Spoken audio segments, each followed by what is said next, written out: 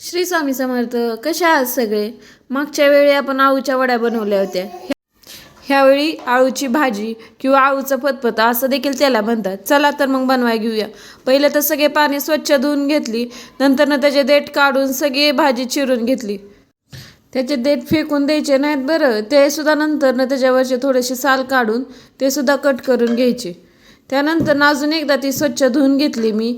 कुकरमध्ये टाकून त्यामध्ये हरभरा डाळ, कच्चे शेंगदाणे, थोडं मीठ आणि थोडे हळद टाकून 2 ग्लास पाणी टाकून ते मस्त शिजायला ठेवून दिलं.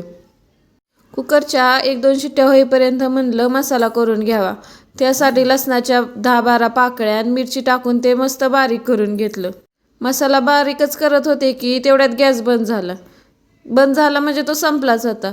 त्यांनी आणून गॅस देईपर्यंत बराच वेळ झालेला. त्यामुळं मी फक्त आल्यानंतर ते शिजून घेतलं.